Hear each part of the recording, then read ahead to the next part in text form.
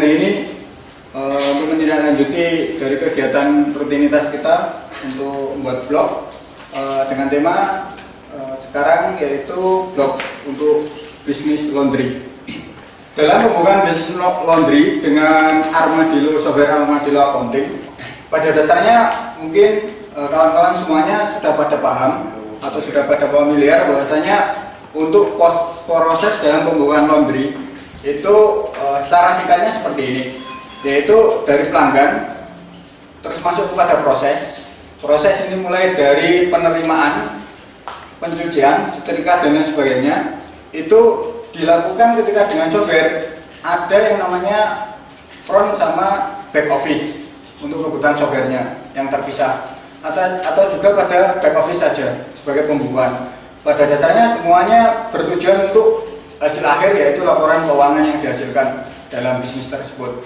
Ya, ketika kita membahas dengan Armadillo Accounting, kita bukan mengarah pada front dan back office-nya, tetapi kita hanya pada back office-nya aja untuk laporan keuangannya. Karena dari Armadillo sendiri belum ada software khusus untuk front office, dan rencana kedepannya seperti kemarin dari diskusi bersama tim produksi bahwasanya nantinya akan dibuatkan untuk software khusus front office untuk bisnis laundry sendiri.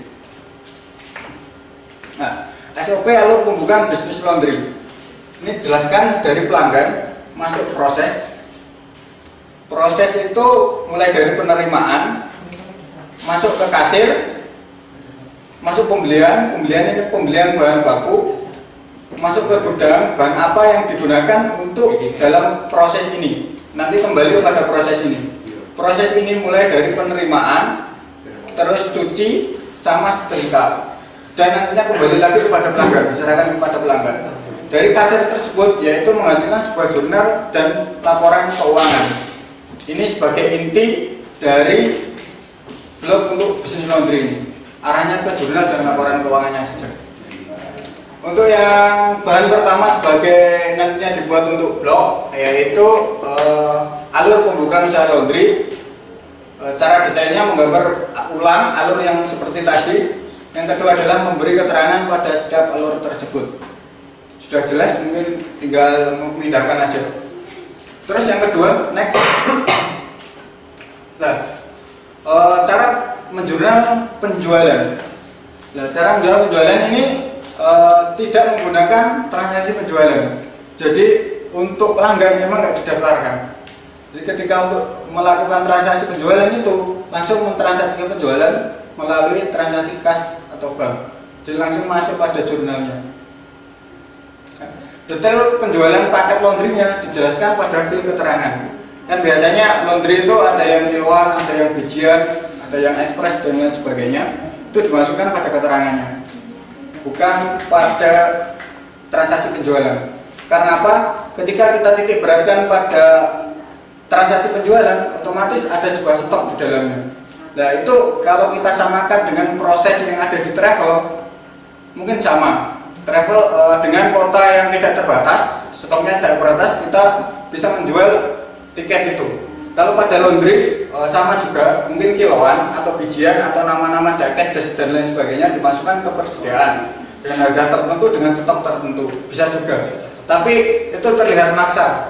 Makanya untuk transaksi penjualan semuanya ditransaksikan langsung melalui transaksi kas bank seperti itu. Jadi langsung penampungan perkiraannya dimasukkan pada pendapatan jasa laundry. Mungkin jasa ini bisa dipisahkan sesuai dengan layanan paketan laundry yang diterapkan, kiloan dan lain sebagainya.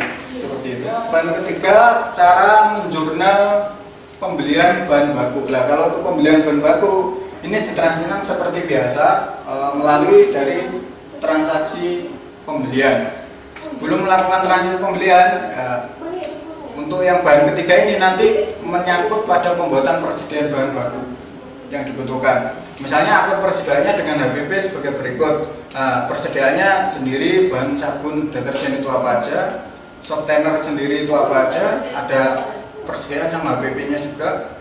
Terus bahan setrika atau parfum. Terus mentransaksikannya melalui pembelian.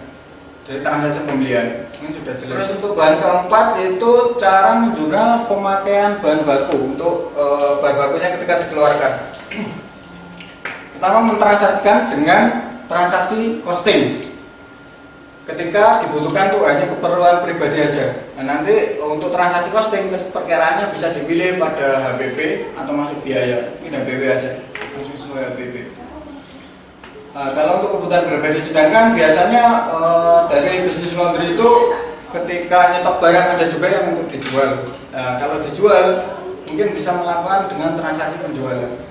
Itu cara menjurnal biaya dan inventarisasi. Nah, untuk bahan kelima ini mentransaksikan biayanya kayak mungkin perawatan mesin cuci dan servis lainnya dengan transaksi kas bank. Seperti biasanya sudah jelas, mungkin langsung masuk ke perkiraan dan transaksikan untuk biaya-biaya yang lain kayak gaji karyawan dan lain sebagainya masuk ke biaya juga. Terus untuk membuat inventarisasi mesin laundry, ketika ada pengadaan barang langsung masuk ke inventaris dan beserta cara nanti penyusutannya seperti apa.